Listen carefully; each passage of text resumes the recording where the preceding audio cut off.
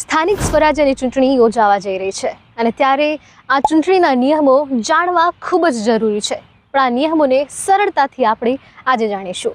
હવે આ ચૂંટણી જે યોજાશે તેમાં સૌથી મહત્વનું જે કામ છે તે છે રાજ્ય ચૂંટણી પંચનું, એટલે કે SEC 1994ના નિયમો મુજબ આખી ચૂંટણી યોજાતી હોય છે. આ ચૂંટણીના નિયમોમાં ચિહ્ન, ઉમેદવારી ફોર્મ ક્યારે ભરવું, ક્યારે પરત ખેંચવું જેવા અનેક નિયમોનો સમાવેશ અહીં કરવામાં આવે છે, જેને આજે આપણે ખૂબ જ સરળતાથી સમજીશું.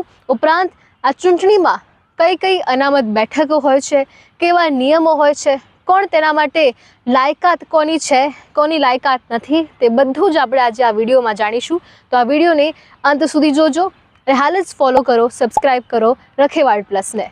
આ સમગ્ર ચૂંટણીનું સંચાલન કહી શકાય તે રાજ્ય ચૂંટણી પંચ કરે છે, જેના નિયમો 1994 SEC 1994ના હેઠળ જ હોય છે. અને ત્યારે આ પંચ જે તે નગરપાલિકામાં ચૂંટણી યોજાવાની હોય તે નગરપાલિકાના જિલ્લાના કલેક્ટરને આના માટે જિલ્લા મ્યુનિસિપલ અધિકારી તરીકે નિમે છે, નિમણૂક તેમની થાય છે. અને ત્યારે તેમની અંડર જ, તેમની હેઠળ, તેમની દેખરેખ હેઠળ, તેમના નિયંત્રણમાં આખી ચૂંટણી યોજવામાં આવે છે. અને ત્યારે તેમની શરૂઆત તેઓ આ ચૂંટણીના જાહેરનામા સાથે કરતા હોય છે. હવે વાત કરીએ કે ઉમેદવાર કોણ બની શકે. ઉમેદવાર બનવા માટે નગરપાલિકાના મતદાર હોવું તે વ્યક્તિ માટે ખૂબ જ જરૂરી છે. તેની ઉંમર 21 વર્ષ કરતાં નીચે ન હોવી જોઈએ. તે વ્યક્તિ 21 વર્ષ અથવા તેનાથી મોટી ઉંમરના જ હોવા જોઈએ. અને સૌથી મહત્વની વાત એ છે કે તે વ્યક્તિ માનસિક રીતે અસ્થિર ન હોવા જોઈએ. એવી ઘણી બધી લાક્ષણિકતાઓ એવી છે જે ચૂંટણી પંચના અનુસાર તે વ્યક્તિને જો એ લિસ્ટમાં તે વ્યક્તિ આવતું હોય તો તે ચૂંટણી લડવા માટે સક્ષમ નથી. તેની માટે તે ઉમેદવાર ફોર્મ ભરી શકતું નથી. આ ચૂંટણીમાં ખાસ કરીને SC, ST, OBC અને મહિલાઓ માટે ખાસ અનામત બેઠકો રાખવામાં આવે છે.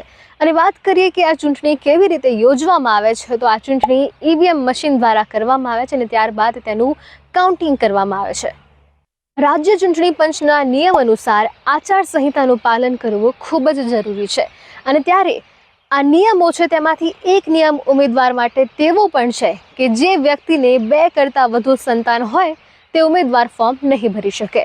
હવે આનો જવાબ શું છે કે શા માટે જે વ્યક્તિને 2 કરતાં વધારે સંતાન હોય તે ઉમેદવારી ફોર્મ માટે સક્ષમ નથી ગણવામાં આવતો?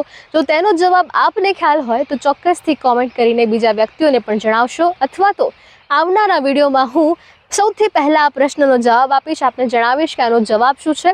અને આ જે ચૂંટણી છે તેની પડની અને સૌથી નાનાથી લઈને મોટી દરેક વિગત જાણવા માટે, આ ચૂંટણીને જાણે કહી શકાય કે જીવવા માટે રખેવાળ પ્લસને હાલ જ સબસ્ક્રાઈબ કરો, અમારી સાથે જોડાઓ. ખૂબ ખૂબ આભાર.